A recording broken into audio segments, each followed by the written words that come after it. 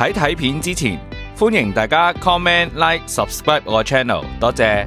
大家好，歡迎大家嚟到港人四周遊我個頻道。今日介紹一個新朋友仔俾大家識，同大家介紹一下自己啦。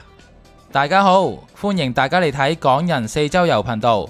我係港人四周遊頻道嘅旅行團專員大灰熊啊！喂，大灰熊，你係負責啲咩㗎？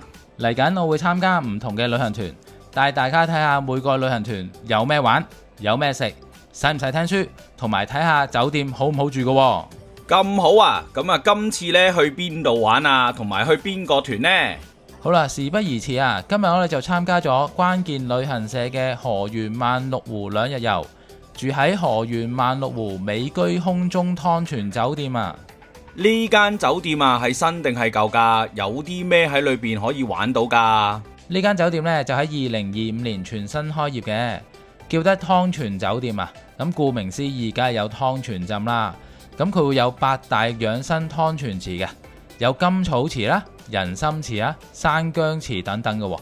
除咗湯泉池之外啊，佢仲會有8大功能房啊，有乾蒸、濕蒸、艾草、中藥等等嘅功能房嘅。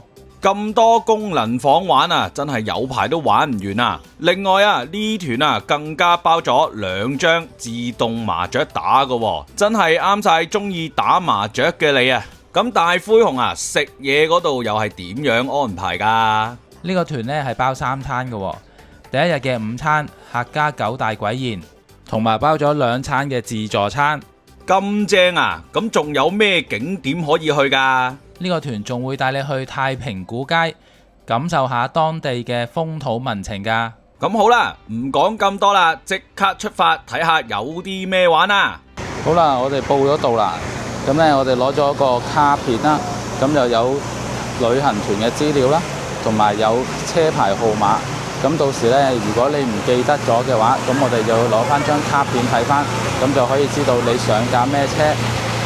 而家我哋行去呢個停車場睇下個旅遊巴先。今日星期一啦，所以呢唔會話好多人過關同埋過嚟旅遊啊。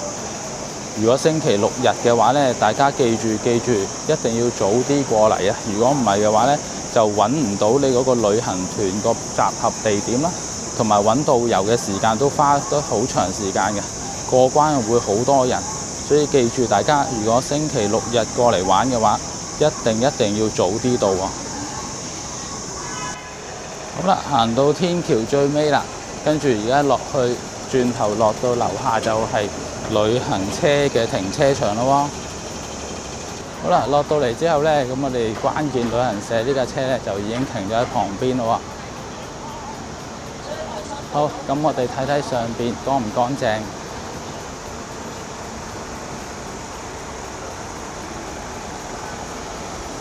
好啦，司機已經幫手開晒門、開晒冷氣、開晒旅行箱啦。好，我哋上去。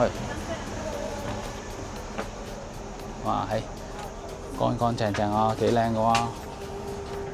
A few moments later，依家係8點40分，依家出發去羅湖接其他關口嘅人啦。依家係9點51分，大約1個鐘頭鬆少少啦。我哋接埋羅湖嘅團友正式出發河源啦。好，事不宜遲，我哋而家即刻聽一聽導遊點介紹自己先。先自我介紹一下先，我叫做陳秋敏，以東陳，秋天個秋，敏鋭嘅敏，大家都可以叫我做小敏，或者係叫我做 Joyce 啊，即係鄭欣宜嗰個英文名嚇 ，Joyce 係一模一樣嘅嚇，啲拼音字母都一樣嘅。咁唯一唔一樣嘅話呢，就係佢可能肥少少，我瘦少少啦嚇，佢靚啲嚇，我冇咁靚啊。冇幾耐之後呢，導遊姐姐呢就會派一支水啦，同埋一個垃圾袋俾你，到時呢，你就唔需要周圍掉垃圾啦。11點16分啦，中途落車去到休息啊，嚟到惠州西服務區啊，睇下惠州西服務區有啲乜嘢特別先。呢個服務區應該係啱啱新開冇幾耐嘅喎，好多鋪頭都冇嘅喎，所以而家得返呢個便利店啊，睇下有啲乜嘢。如果你有嘢想買嘅，就可以喺度買下水啊，買下零食啊。如果真係餓嘅話，有啲杯麵啊，嗰啲都有喎。好啦，差唔多時間啦，上車啦，繼續行程出發。12:29啊，終於嚟到酒店啦。咁啊，中午啊就食客家九大簋啊。咁有九大簋啦，有啲咩呢？就有客家豬肉湯啦、燜肚鴨、客家燜豬肉、炒雞、釀豆腐、炒花菜、腩肉煲、燜南瓜、炒雞雜、炒時蔬，就呢九大簋啦。餐廳都好寬敞啊！今日得我哋一團人啊！睇睇呢餐客家九大簋有咩食先。首先會上一個客家豬肉湯，呢個湯呢就比較清淡，有濃濃嘅胡椒味啦，同埋豬肉味嘅。再嚟呢就係紅葱頭炒雞啊，客家菜唔少得，梗係客家釀豆腐啦。之後仲有蒜子燜南瓜，再嚟仲有客家燜豬肉。大家睇到畫面上啊，碟碟都係用新鮮嘅蔬菜同埋肉炒出嚟嘅喎，最緊要真係炒到好似傳統客家菜一樣㗎，全部都色香味俱全㗎。不過碟頭就細咗啲，如果大碟啲呢，就更加好啦。好啦，食完午餐啦，咁呢導遊啱啱派咗房卡啦、晚餐券啦同埋提示卡俾我，咁呢到時我哋就要揾呢張晚餐券呢，做到夜晚嚟到食自助餐嘅，記住唔好唔見啦。仲有咧提示卡咧，佢嗰度會有 WiFi 密碼啦，同埋提示翻你早餐、晚餐嘅時間、地點同埋溫泉區嘅時間啦，同埋喺邊個位置嘅喎。咁大家記得可以睇提示卡，記得個時間咯喎。好啦，上到酒店房啦，我哋睇睇酒店房裏邊有咩情況嘅先。好，入到嚟咧就見到一個洗手盆嘅地方，有水杯啦、牙刷、牙膏、梳、浴帽、棉籤。呢邊呢仲有潤膚露、洗手液同紙巾嘅。跟住旁邊隔離呢就有個衣架。到時候喺湯泉裏邊浸完啦，就可以除低啲衫，洗咗佢之後晾一晾佢。呢邊呢就有兩道門嘅喎，左手邊呢道門呢，就係一個智能馬桶啊，右手邊呢就係一個淋浴間啦。淋浴間裏邊呢，就有基本嘅沐浴露、洗髮水、護髮素。好，睇睇房間其他嘅情況先。好，今次呢，我呢度呢就係大床房，有成1.8米床嘅喎。旁邊仲有張貴妃梳化，一張書台啦，大電視。不過呢度係冇香港台嘅喎。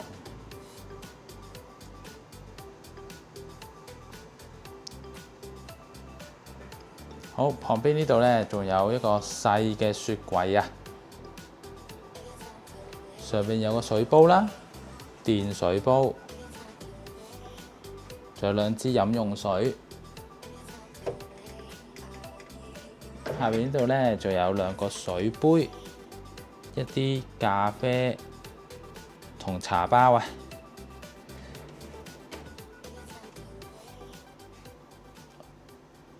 呢度係冇香港插頭嘅喎，只有大陸嘅插頭。不過有 USB 頭啦，同埋 Type C 頭嘅。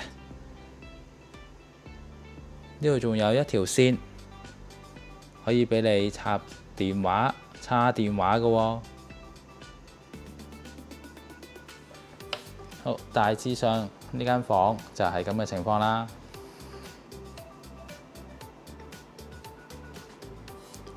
睇睇出邊係咩環境嘅先。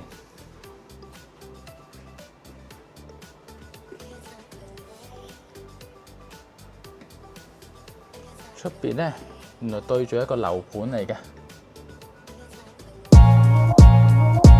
作為一個成日去旅行嘅人啊，至少要拎咁多嘢啊，先可以周圍去啦。一個背囊，一個篋，先可以裝得晒啊！自從我遇到 TomTok，一個背囊啊就搞掂晒啦。今次要多謝嘅呢，就係 TomTok 送俾我 Navigator T69 廉航旅行背囊。大家睇到畫面上嘅呢，就係最新嘅23列黑色款。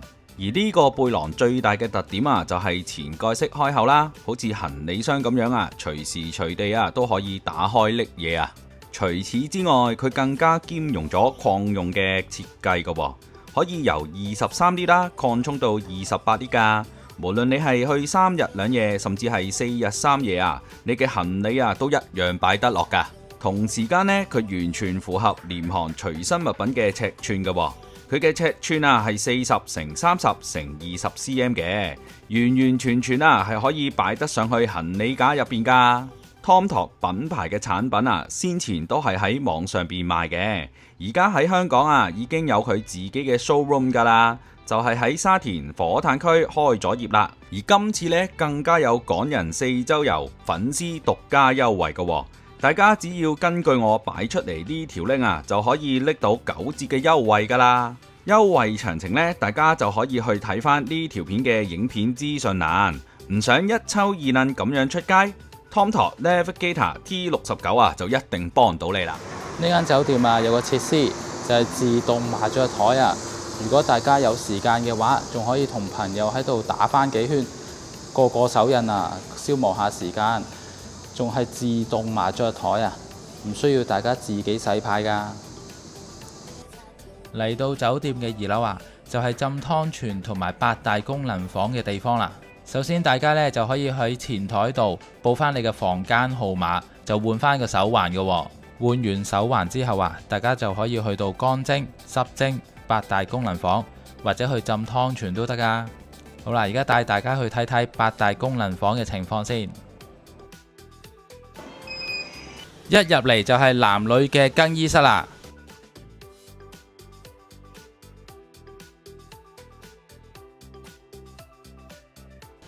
轉入嚟右手邊就係8大功能房啦，帶大家行一行先。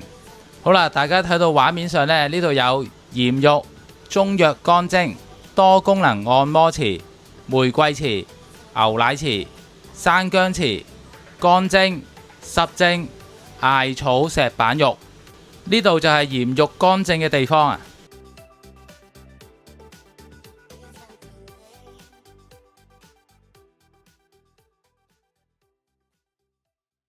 而呢個呢，就係中藥調理乾蒸嘅地方啦。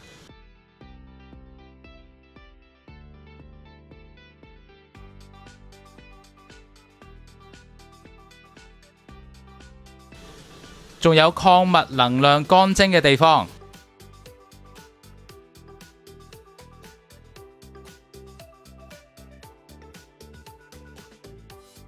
呢個就係玉石能量乾蒸嘅地方。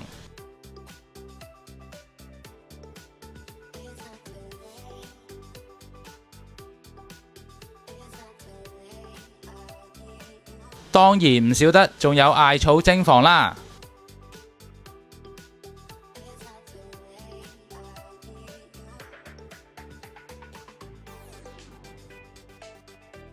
而呢度呢，就係去濕調理乾蒸嘅地方啦。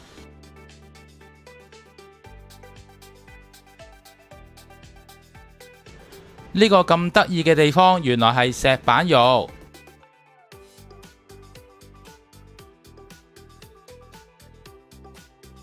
仲有一個好大嘅休息區俾大家休息下㗎。由呢度出去呢，就係湯泉區域啦。呢度會有8個大瓦缸俾你浸湯泉嘅，仲有唔同嘅湯泉池可以浸嘅。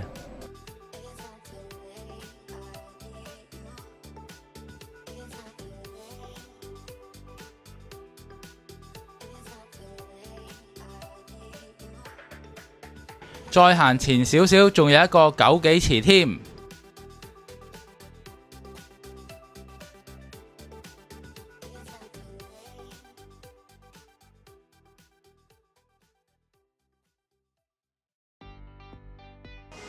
呢邊出去出邊外邊呢，就會係一啲小朋友遊玩嘅地方啦，都係一啲小朋友嘅水上樂園啦。哇！如果有小朋友過嚟嘅話，都唔錯㗎喎。好，我哋再過另外一邊睇睇先。呢邊呢，就係一個泳池形式嘅一個好大嘅泳池啦。同埋旁邊呢啲呢都係湯泉嚟嘅，呢啲呢就40幾度㗎，都唔低溫㗎。中間呢個泳池呢就30幾度，所以呢個就好似平時去泳池游水咁樣啦。不過睇落去呢就應該唔會太過深水嘅。好，呢度有個牌介紹呢個係艾草池。旁邊呢個係人參池，哦，人參池呢啲水呢就係黃啲嘅喎，紅色、黃色咁樣嘅喎，咁又係啲藥材水浸出嚟㗎啦。旁邊呢個呢應該都係人參池啦。好啦，再之後呢，再過去另外一邊呢，哦，有個粉紅色嘅地方喎，我哋去睇睇粉紅色嘅地方係咩先？哦，呢個就係叫粉紅沙灘啊！所有都係一大個粉紅色嘅沙灘做出嚟嘅，小朋友過嚟一定好開心啦！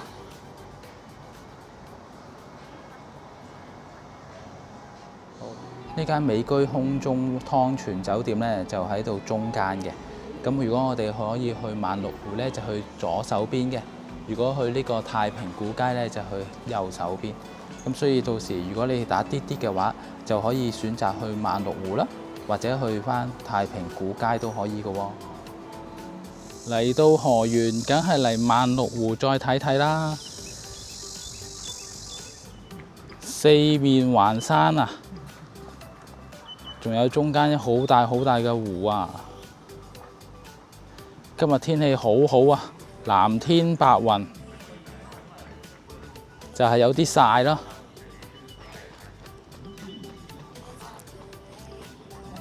好，帶大家行出去萬綠湖睇下咩情況嘅。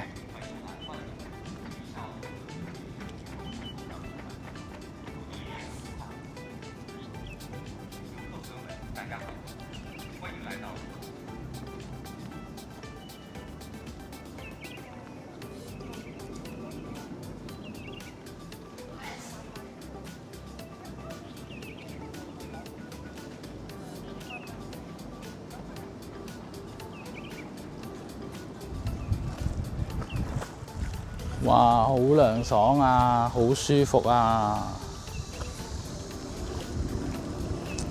喺個湖邊，仲有好多遊船啦，跟住就可以上遊船遊湖啦。啲水好綠㗎。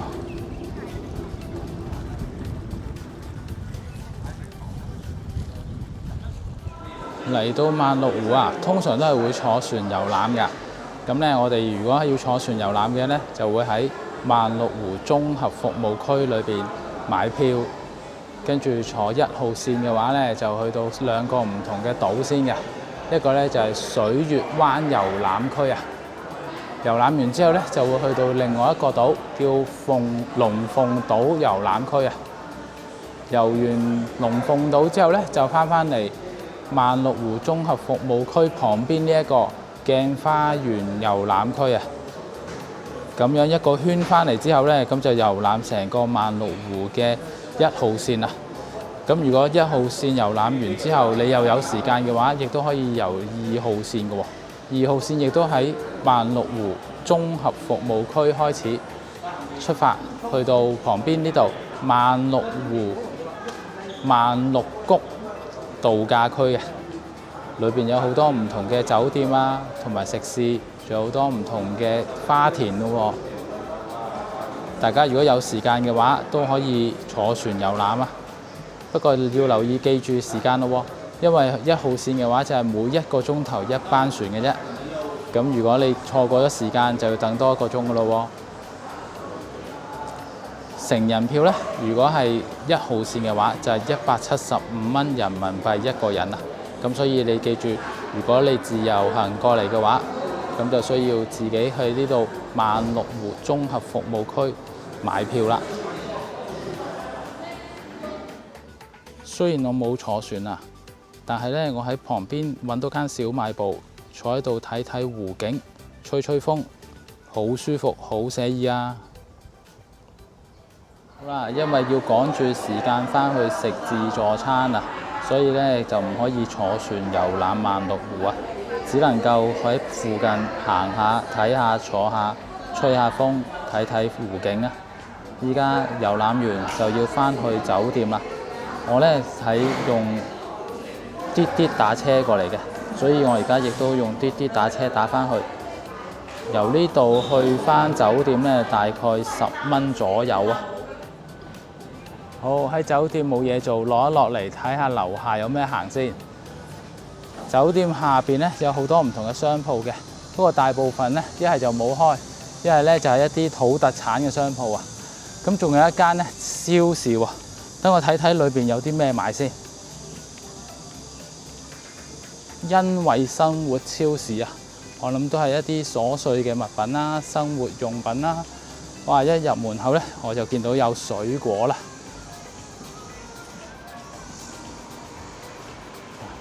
有唔同嘅水果啦、蔬菜啦，仲有好多唔同日常，其實喺香港都會見到嘅。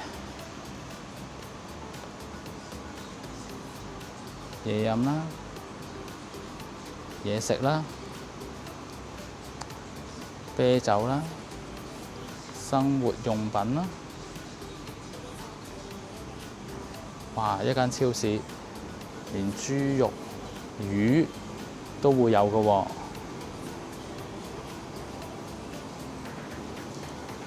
豬肉啦，仲有其他唔同嘅生活用品、家居用品。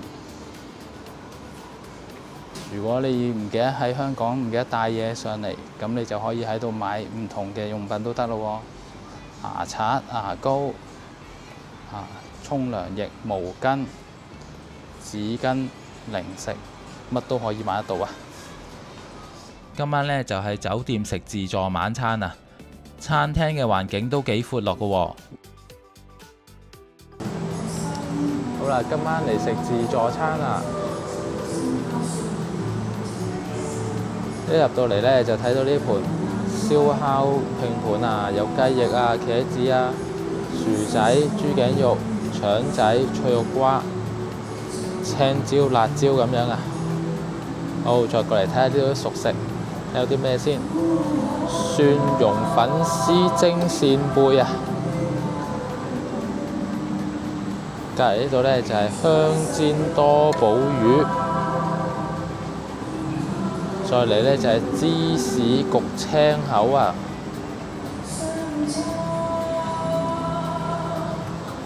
炭燒豬排，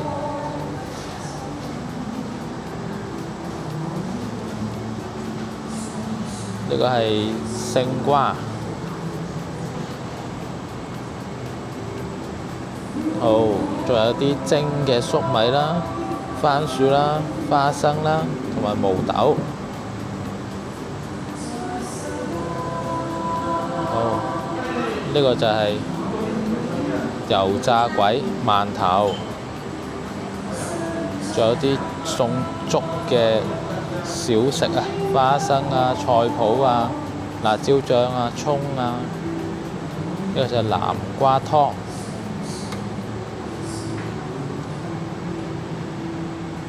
再嚟呢個呢，就係粟米大骨湯啊！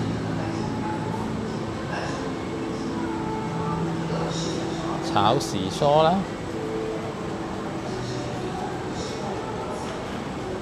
炒飯啦，端午節有粽食喎，炒麵，好五指毛肚雞啊！哇，五指毛肚好香喎，鹽焗蝦、椒鹽蝦。好，旁邊呢度咧，睇下，仲有三文魚檔啊！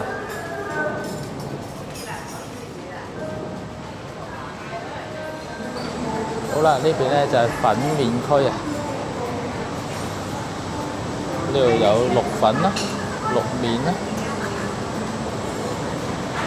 有唔同嘅肉啊、丸啊，仲有頭先導遊都有講嘅豬雜粉，呢度嘅特色嚟嘅喎。呢度仲有多春魚啦，好，仲有呢邊涼拌嘅木耳、海蜇、貝類、沙律、涼拌沙律，仲有啲凍嘅海鮮類啊，有蝦啦、扇貝啦、貝啦、青口，哦，仲有兩個養生茶喎，玫瑰花茶啦、菊花茶，好，仲有咖啡機、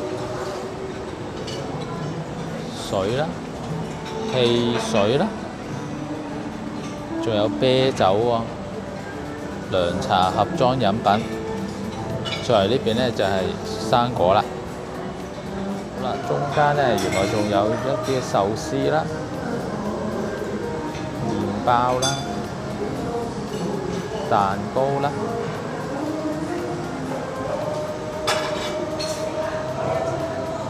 咁你話好豐富呢，亦都唔係話太豐富嘅，不過呢，足夠你夜晚餐嗰餐㗎啦。仲有薯條，原來呢邊呢，仲有煎牛扒、煎雞扒㗎喎。我中意臭刀魚。好啦，仲有一個雪櫃，呢個裝咩嘅呢？哦，裝一啲雪糕類嘅，就係大型盒裝嘅雪糕。好啦，大致上食嘢嘅餐廳嘅環境就係咁樣啦。中間呢，仲會有個唱歌點歌台嘅喎。頭先導遊講過啊，如果有興趣嘅話，就喺食飯嘅時間可以唱2首嘅喎。有興趣嘅朋友啊，鍾意唱歌嘅朋友啊，都可以隨便去唱嘅。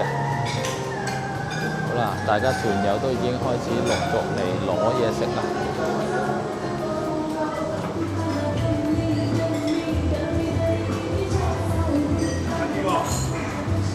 好啦，今日攞咗呢啲做晚餐啊，自助餐形式嘅。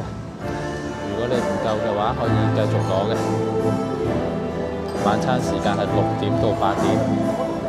如果食好嘅話，仲可以上台唱下歌，一展歌喉喎。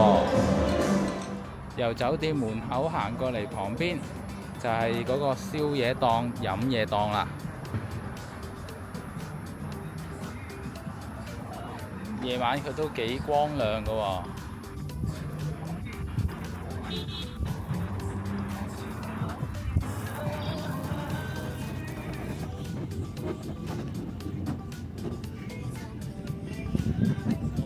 嗌咗個檸檬茶飲啦。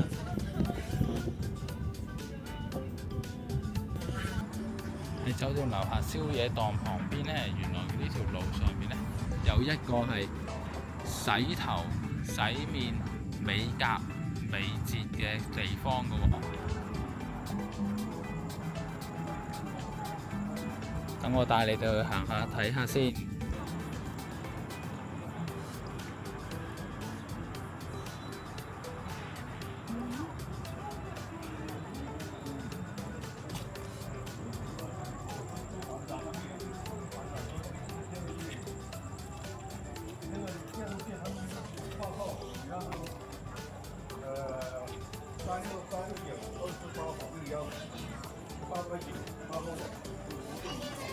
就嚟呢度啦，杜林美甲養髮護膚管理。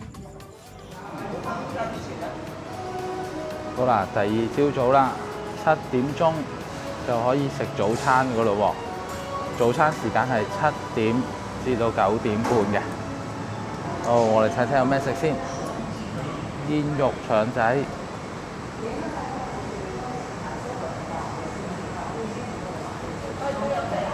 瓜丸子、煎餃子啊！椰菜花火腿片、糯米雞、南瓜、包啊，2種蒸包、油炸鬼、饅頭。呢邊都係一樣嘅，都係尋日嗰啲菜脯啦、花生啦、酸豆角之類嘅，仲有炒時蔬、炒粉、蒸番薯、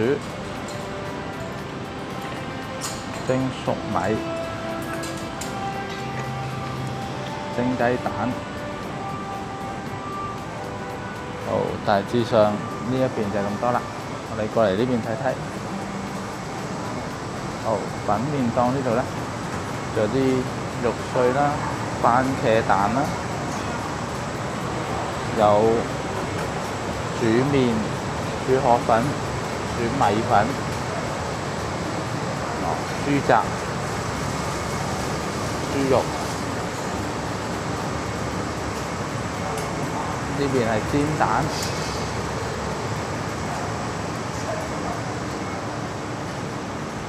涼拌區、沙律區，仲有呢啲脆脆啊，牛奶、豆漿、花茶，呢邊都係一樣啦，汽水、生果。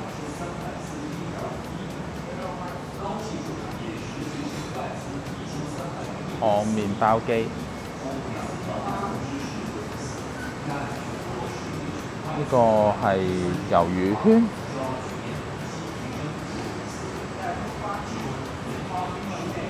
麵包蛋糕，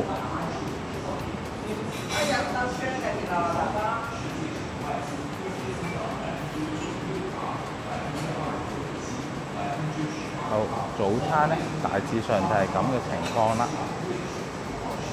A few moments later. 第二日中午12點前就會 check out 㗎啦。而家11點51分，咁我已經 check out 咗啦，車都會嚟咗啦。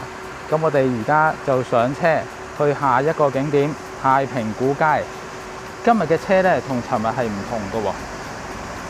咁我上車睇下今日嘅車嘅情況先。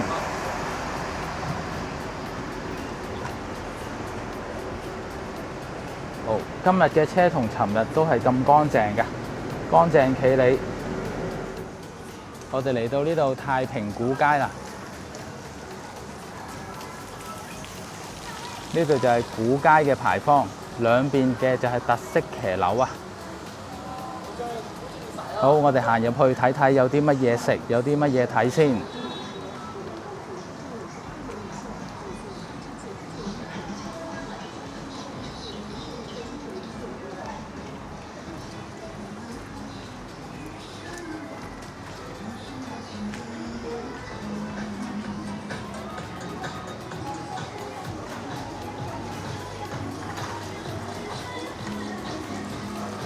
旁邊呢，有好多唔同嘅商鋪嘅，仲有條古街小食，裏邊全部都係賣小食嘅喎。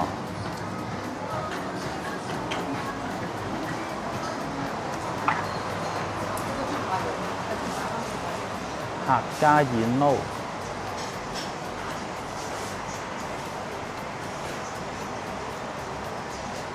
有一啲滷水啊、客家菜。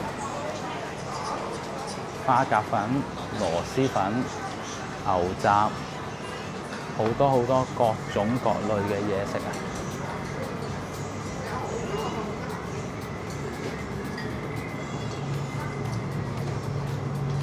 好，成條街咧大約有100米左右啊！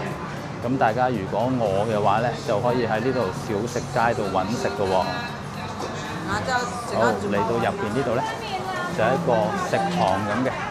到時如果你買到嘢食嘅話，就可以喺呢度隨便坐嚟食㗎啦。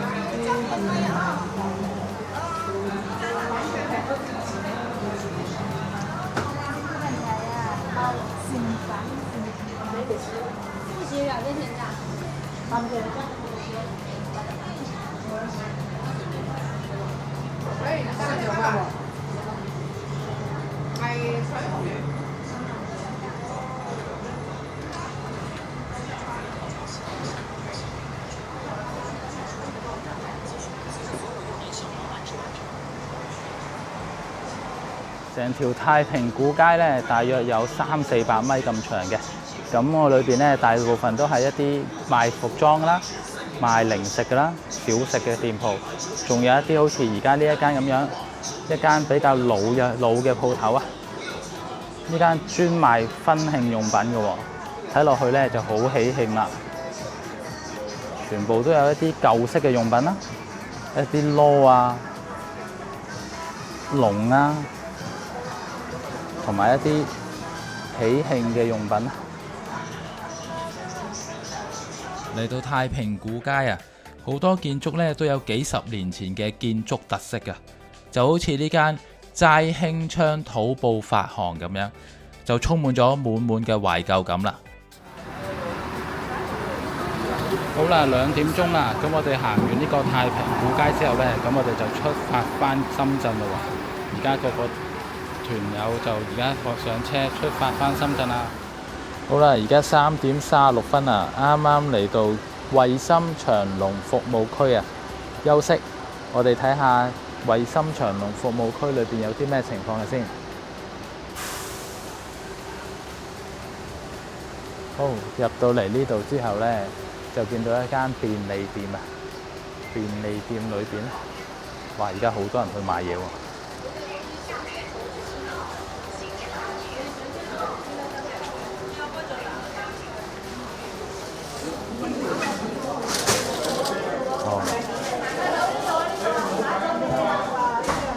就係一般便利店賣嘅零食啦、水啦、杯麵啦。如果大家覺得餓啊，可以買啲零食食住先，因為咧我哋返深圳咧仲有成個幾鐘嘅，仲有呢啲腸仔啊、蒸包啊都有嘅。不過呢個服務區咧就只有呢一間店，其他都仲係未開檔，所以咧呢個服務區就只有一間便利店同埋洗手間啦。依家時間係5點半啊，啱啱到咗深圳灣口岸停車場落車啊。好啦，今條片呢就差唔多啦。唔知大家對今次旅行專員大灰熊嘅表現係點樣呢？歡迎可以喺下面留言區度話俾我知。我哋今條片就去到呢度啦，多謝大家支持，歡迎大家 comment、like、subscribe 我 channel。我哋下條片再見，拜拜。